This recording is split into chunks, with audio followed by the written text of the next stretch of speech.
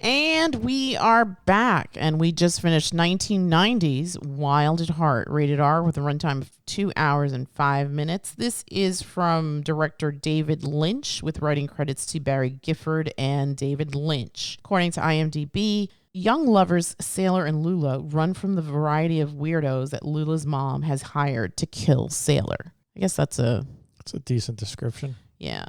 This stars Nicolas Cage as Sailor, Laura Dern as Lula, Diane Ladd as Marietta. I guess this very bizarre love triangle, because it seems like Marietta wants a little piece of Sailor herself.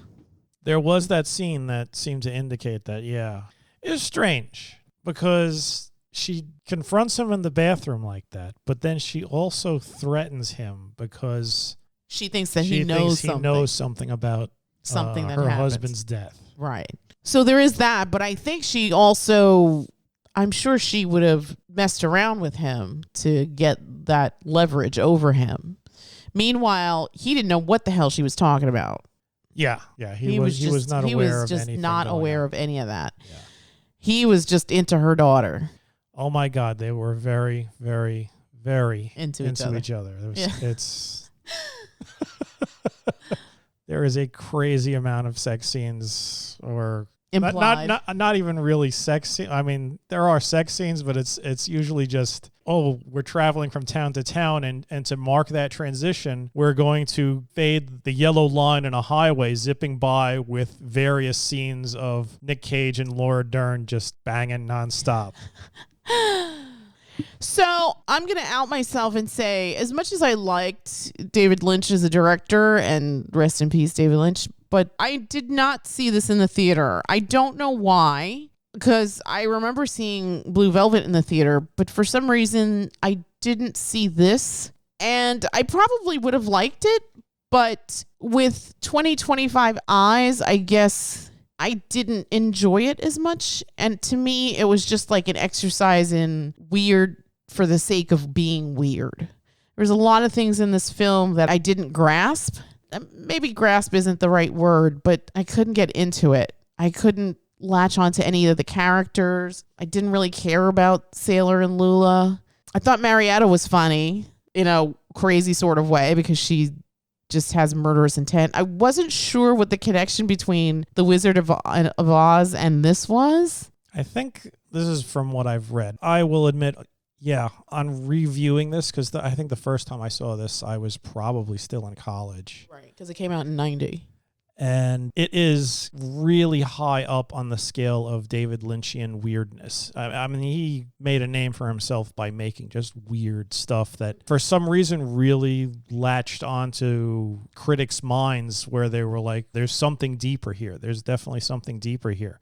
And a lot of them find that meaning. From everything that I've read, David Lynch's style is he's going to show you just cruel, bizarre, and disgusting how the world could be. And he's going to, in this particular story, he's sort of juxtaposing that with how this disgusting, violent, bizarre world wants to destroy this relationship, which, as crazy as it is with these two insane characters, is symbolic of absolute pure love, because Lula and Sailor are basically made for each other. They're not some fly-by-night romance. This is what true love is supposed to be. Just crazy, wild. We need to be with each other all the time. From what I understand, the whole Wizard of Oz connections, he was using a sort of childish fable to convey like how this love of theirs is just innocent and pure. And that's why at the very end, he's visited by Glinda the Good Witch. And he's just like, I'm not worthy of this.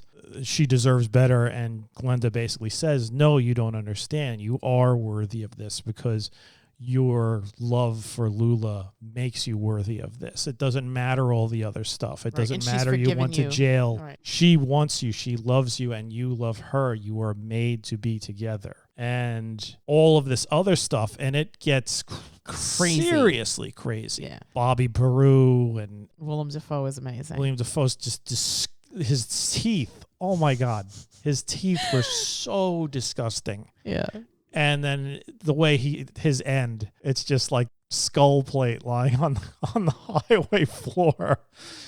And just everything, the Harry Dean Stanton's and those bizarre assassins, like what the hell was going on? All of that is just supposed to show you how corrupt and absolutely disgusting the world is. And David Lynch takes it to an absolute extreme. And it's not just, he's not just going to have like a sweaty fat guy or something. It's got to be even more than that. Right. It's got to be weird. It's got to just be completely insane. From what I read, that was like the whole point. The point of making things so weird is to show that you have these two people living in this crazy world. And it's almost cartoonish how Lynch makes it. He could have toned it down, and we probably would have been like, okay, it's just sort of like on the road love story where the lovers are escaping from this evil witch. Yeah. But then it wouldn't be a David Lynch movie. That's true. And we probably wouldn't be talking about it, 35 years later?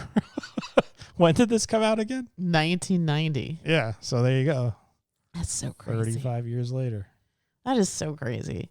I kind of get what you're saying. I feel like one of the beauties of Lynchian storytelling is how these beautiful, surreal, dreamy shots are just sort of this veil that's covering all this ugliness underneath. And he definitely likes to focus on these little nondescript Americana towns and how in their underbelly, very dark, nefarious things are happening. I think you get a sense of that in movies like Blue Velvet, definitely here in Wild at Heart, even stuff like Twin Peaks, where you have this murder that's happened in this little town that's been rocked to its core. So he definitely has this affinity and this interest in telling these stories about how on the outside things look pretty and nice and beautiful, but on the inside there's rot and decay and just all these other things. And here too, you get that sense as well. I think it's a very colorful film. It's a very bright film. A lot of the shots are in the daytime.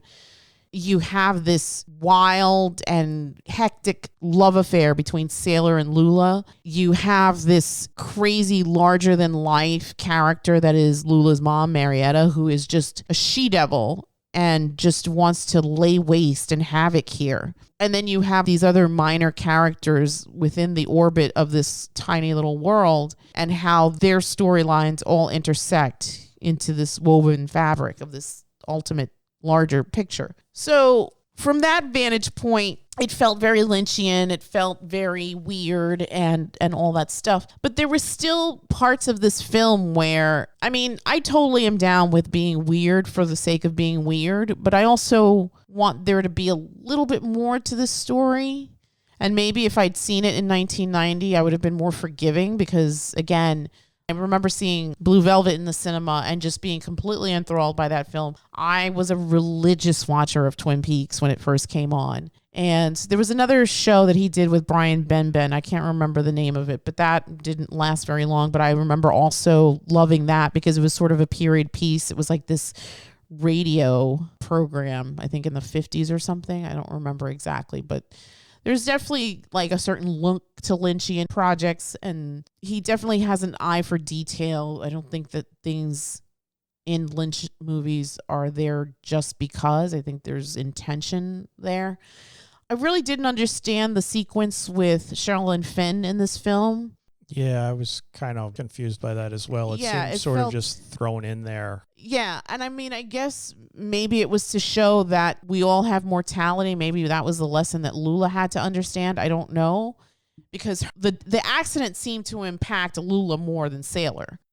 I think maybe the whole purpose of it was to show them, or not really show them, but be an example of how innocence and beauty can be destroyed in this world for no reason whatsoever. Because prior to that, that was almost sort of the omen or the catalyst of where the decline begins. Because prior to that, they're just going around, they're going to all these different areas, they're drinking, smoking, dancing, having sex. The characters that they encounter are just like weird and comical, like the little froggy guy at the bar. And then they're just driving along, and they're getting to the point where I think before that they also have a discussion about how they're running out of money. And then that happens, and you see Sherilyn Fenn, she's gorgeous, but she's bleeding from her head. There's the wreckage of the car. I think there's another dead body there. And she's just like, oh, please don't tell my mom. Please don't tell my mom, or whatever she was saying. It's sort of like she was a young girl who was out doing something silly that young, innocent people do, and something bad happened. And as a result, she just died. Right, in front of them. And died in front of them. And it was like, all right, now things are starting to go downhill, because then right after that, they end up in Big Tuna. Right. Where she vomits in the hotel room, which they never clean up, which is just bizarre. It's like, and then you're stuck there. That's also where Isabella Rossellini's character is. That's where they run into Bobby Peru. Yeah. The rest of the people in this weird town. I don't know if they're in like a trailer park or a motel. Yeah. It's like they're just like bizarre, unsavory type people. Yes, for sure. For sure. And it feels like they're almost stuck there. And everything's just sun-blasted, desert trees and scrub brush. It's just, you were describing like beautiful Americana. This is not the beautiful. This is Americana, but this is the sort of sun-blasted poverty level Americana that you kind of don't want to be stuck there. It's kind of like, oh, this is where all the hope went to die. And it's just sort of sitting around in the middle of a trailer park playing poker, waiting for death to come. I also love that Lynch has his usual cast of characters. You see Jack Nance in this. You see Harry Dean Stanton in this. Did he work with Crispin Glover before? I don't remember. But even that scene with Crispin Glover seemed out of place. Cousin Dill. Isabella Rossellini's in this. Just funny because we saw her earlier in another film that I really, really love, and we're going to talk about that soon. Yeah, so I feel like Lynch had his stable of actors that he liked to work with, so it's nice to see these actors in this. Cheryl Lee, who plays the Good Witch, who was also Laura Palmer. So it was great to see them. I want to say my favorite character is Marietta. She reminded me a lot of like 40s, 50s femme fatale. Here's this woman who basically was going to get whatever she wanted because she had this cadre of men that were just following her, hoping to covet her, gain her favor. And the way she gave favor, I guess, was through sexual manipulation. Well, it was mainly the two. Santos and... what was the other? Harry Dean Stanton's character. Johnny. Santos and Johnny. Yeah. And it was almost like they were like opposite sides. Like Santos was the devil and Johnny was an angel. And she loved Johnny. I think she genuinely loved Johnny. Right. But she was clearly scared of Santos. But I also think she knew how to play Santos because I think that she was scared of Santos, but also I think she knew that she had something that he wanted. He definitely wanted her for whatever reason. I mean, you would think he would be after her daughter at this point because her daughter's like hot to trot, but... Yeah, who knows? But she definitely had those two. Although that's like another thing about the movie. It's like there's very little development as far as these other characters go. Yeah. Like I could see, okay, Harry Dean Stanton, he's in love with her. They're of an age. They have things in common. Santos, he was clearly responsible for her husband's death. He is definitely connected with some creepy... Mr. Reindeer. Yeah, Mr. Reindeer and all of those people. So I don't really understand, other than maybe just a possession thing, why Santos was interested in Marietta. There was something else going on that they never really explained, and I don't even think maybe they just didn't need to explain it. It was just that he was secondary because I think at the core this is supposed to be a love story. The main story setting. Yeah, the main story is Marietta trying to break up Lula and Sailor by any means necessary, even Sailor's death. And she's so obsessed with it that she actually puts Johnny in danger, and we see how he ends up. Or actually, we don't really see how he ends up. I guess we just expect something really bad is going to happen. And it does. It does, but you never really see it. Sure. Well, I don't think I don't think Lynch was that kind of filmmaker. I mean, Bobby Peru, we see exactly what happens to him. That's true. Yeah. So. But we don't mind, right? Like, well, Johnny was a nice guy. Yeah, Johnny was a nice guy, and he was just manipulated by Marietta. Whereas Bobby Peru, we're almost elated that he gets his end. Yeah. Yeah. Because he was. He was loathsome. Yeah. Yeah. All the applause to William Dafoe. Yeah. He's so great. Yeah. I love that Lars von Trier. Just so gross. Oh yeah. Yeah, like even Isabella Rossellini, who was looking fantastic. I didn't get her role in the story, so I feel like, again, 1990s me would have liked this a lot more. I think now I'm willing to give a pass to certain things, but at the same time, I also expect more from certain filmmakers, and David Lynch is obviously one of, I mean, when you've made one of the greatest films ever made, Dune, absolutely, you expect a certain level of greatness here, and it was good. It just wasn't great. I saw Blue Velvet recently, and I felt like that movie still held up with all of its weirdness as well. But this, I don't know. I think our big takeaway was that Nick Cage channels Sailor into his later life and is the young Nick Cage of Unbearable Weight of Massive Talent. Yeah, this film clearly influenced the way Nick Cage just lived his personal life for many decades, years. For decades after.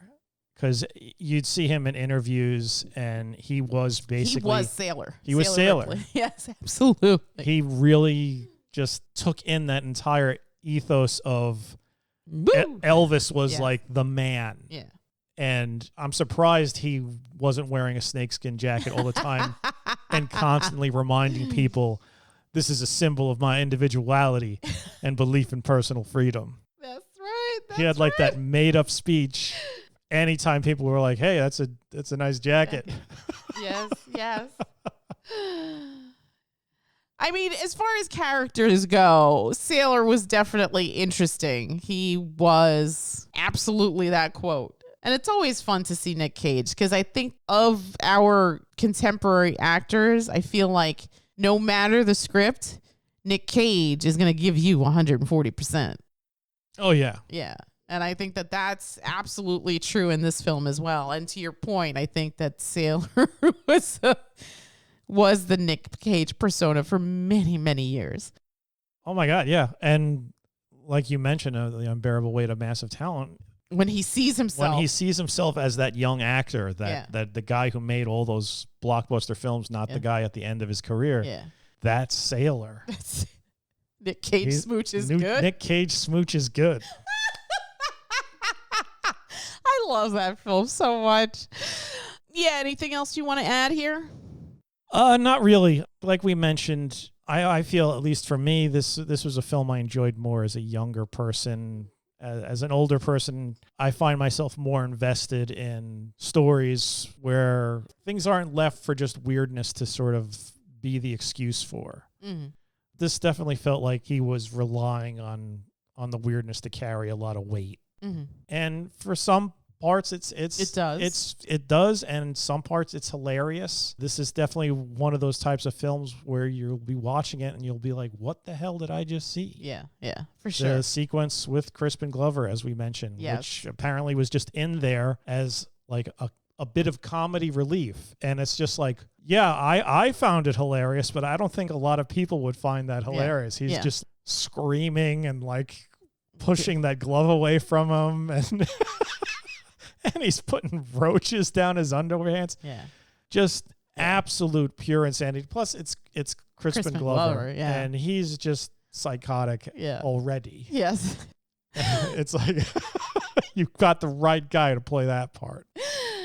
But as an older person who enjoys more complex stories and a little structure, a little more structure, I didn't enjoy it as much as I did when I was a young man. Yeah, I agree. I think that this is something that 1990s me would have been like, ooh, but 2025 me was kind of wondering when this was going to end and what was for dinner. We're just not young and cool anymore, I guess. I don't know. That's not true. I mean, we love the shit out of The Substance. Oh yeah, that was great. Yeah, that was great. So yeah, I think, and that had weird bits, but it was just sort of like it was really in service to the story. Yes, it and wasn't I think just there for like seriously. There's a scene with Freddie Jones in the bar, and he's just looking at the television set, and he's like making that weird duck voice. Yeah. And it was like, okay, yeah, that's a weird bit, and it went on for like at least a minute. At least. And no point. There was no point to any of that. Yeah. Yeah. I think my other takeaway was, look, everybody was so young in this. Oh, God. Look, I mean, we were just talking about Isabella Rossellini. Yeah. And she was hot number. Then we watched the other movie, and she's still lovely. She's still gorgeous. Just such a beautiful voice. I mean, face and voice and whatever. Yeah. But it's like, okay, Isabella Rossellini she's an older woman now. 35 years older now. 35 years older now. From that film, Time Waits for No One. Well, she'll always have her big beef and cheddar. I hope she does. If you were going to give this a number from 1 to 10, what would it be? I'd probably give this a 6. A 6. I was going to say a 7. Maybe 1990 Ray would be like, hey, I'll give it an 8, but nah. I think 1990s me would have given it an 8 too, but I think it's a 7. I think it's an interesting story. It just didn't grab me as much as I had hoped. And like I said, I just recently saw Blue Velvet, and I still found that not wildly entertaining, but still relevant and still interesting and a good watch. And this, I mean, I'm glad I saw it. I'm glad I can cross this movie off my list, but yeah, it just left me lacking. Plus, it didn't look nice. Is that? I mean, I think that might have been another thing. Maybe this film just doesn't get as much love as the other ones do, but it didn't look nice. It didn't get the restoration like Alien. I mean, we always compare everything to Alien, but I mean, it's true. That movie came out in 1979, and if you it was just on. We were watching it, and it's like, if you put that out today, I wouldn't know the difference. Yeah, you'd think it was made with modern technology and cameras and lighting. It is still gorgeous to look at. It's better than most stuff that, as far as its visuals and the way the sets are built and the lights and the cinematography. It's better than most of the stuff that you get now. Yeah, for sure. For sure. It was clearly, okay, this was made in 1990. Yeah. It hasn't gotten any restoration. Much love. Martin Scorsese, where are you? I got to be honest, I don't think it ever really looked good. But the thing is that he's going for this whole, we're using the Wizard of Oz as like a storytelling tool. Yeah. And you're thinking, okay, Wizard of Oz, brilliant color, all of that. You'd figure you would try and put something of that in there. But I just get the impression he just wasn't interested in that. He wanted everything. Lynch, I guess he just likes stuff to look dirty and raw. Maybe. As opposed to too polished, too shiny, too colorful. I mean, even probably his most expensive movie ever made, Dune, gritty, grungy looking Dune. It does not look, it's not a pretty movie. How dare you? It is the best film ever. It is not made. a pretty movie. It really isn't. Shut your dirty mouth. Everything about that is so just gross looking. I wish he had embraced it more. I really do. I do wish he embraced it more, and it would have been nice if he did not hate it, or at least said he didn't hate it before he died. But yeah, apparently he just despised that movie. Yeah. Well, I think it was a very traumatic experience for him as a filmmaker, because they were expecting a lot from him. Yeah. I mean, that was supposed to be like the next Star Wars. Right. And I think he also, maybe he bit off more than he can chew, because I think that when you look at David Lynch's filmography, I think the stories that he does best are these stories of like everyday life with this undercurrent of darkness, right? I think those are the stories that he tells best. Whereas Dune is like a Messiah tale, right? So there's aspects of faith and devotion. There's aspects of this like sci-fi adventure piece. There's war, there's intrigue, there's politics involved. And I don't think that that's where Lynch's strengths as a storyteller lied. I think that they lied again in looking at the everyday, but also exposing the darkness beneath the everyday, the hidden aspects of, here's this lovely Midwestern town, but oh, wait a minute, there's this severed ear. Yeah. Which is the beginnings of Blue Velvet. So I think that that's where Lynch as a storyteller is so great, where he shows you Americana, but he also shows you that kind of nefarious undercurrent that just always runs beneath. I'm a sucker for Dune. I love Dune. I've always loved Dune. And I remember being terribly impressed with it in the theater. When it came out, I don't think I had read the Herbert novel. I think I read it much later than that. And I can't believe I'm going to say this out loud, but I think I found the book boring. I think a lot of people find it boring. Yeah, and I forced myself to read it because whatever. It's just one of those sci-fi tales that it's sort of like foundational. Right. So I might be in the minority. I don't know, but I found the book boring and I loved the film. And I get that it's like a precursor and almost like this template for other storytellers and other filmmakers, to the point where like now you have somebody like Denis Villeneuve making this story over, obviously with a better production, I guess. Mm-hmm. I don't think the money is even remotely the same, but Dune they did blow a lot of money on that movie. Sure. It was still just ugly. I disagree, but that's just me. Okay, never mind. But getting back to Wild at Heart, yes, I think at the end of the day, this is a love story. It would have been nice to have seen a little bit more of that. I think that Lynch focuses more on sort of the periphery around Sailor and Lula. I think that he could have done with a little bit less of that and maybe amped up the storytelling from the vantage point of Lula and Sailor, and maybe even Marietta, who I found to be the most intriguing character in this whole film. But again, if you're a film student, you should absolutely check this out. I think it's definitely worthwhile. If you like Lynch's old work, maybe just revisit this. Absolutely. It's not streaming anywhere. We actually whipped out a DVD to watch this, and yeah, it's probably a nice little trip down memory lane for people of a certain age. Yeah, if you like watching weird stuff that's kind of funny, you'll get to see the origin of, I guess, 90s Nick Cage until maybe mid-2000s when he regained his sanity. There you go. Again, 6, I think you said, or 6.5? I give it a 6. 6. I'm going to give it a 7.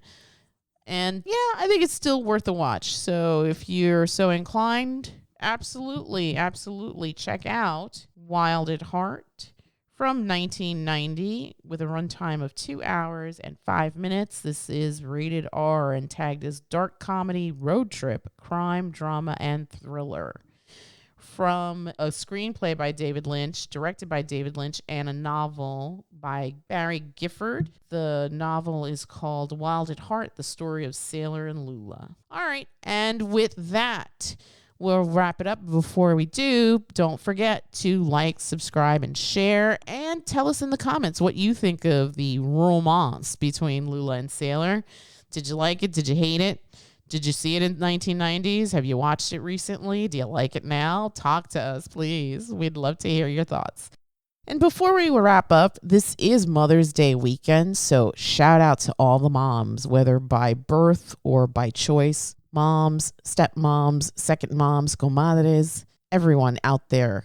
I see you and I salute you. Thank you so much. And if you're missing your mom, I also see you and I give you all the love in the world. Happy Mother's Day to all the mothers out there. Thanks for doing the work. We appreciate you. And with that, we are going to wrap it up and bid you all a good night. Good night.